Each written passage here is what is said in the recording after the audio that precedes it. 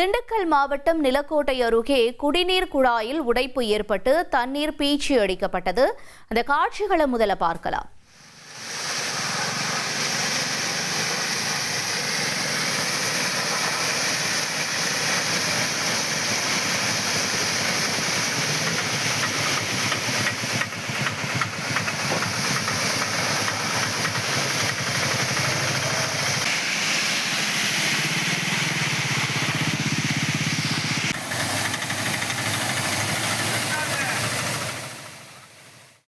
இந்த காட்சிகள் அணைப்பட்டியில குடிநீர் கொண்டு செல்லக்கூடிய ராட்சத குழாய் உடைஞ்சதுனால ஏற்பட்டிருக்கக்கூடிய ஒரு சம்பவம். 1 மணி நேரத்திற்கும் மேலா தண்ணீர் சாலையில சீரிப்பாயக்கூடிய அந்த காட்சிகளை நம்ம பார்க்கிறோம்.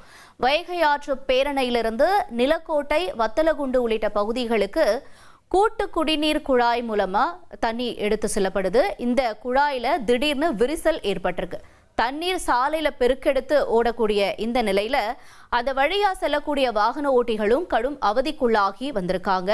தொடர்ந்து குடிநீர் குழாயை சீரமைக்கணும்னு அந்த பகுதி மக்கள் கோரிக்கையும் விடுத்திருக்காங்க.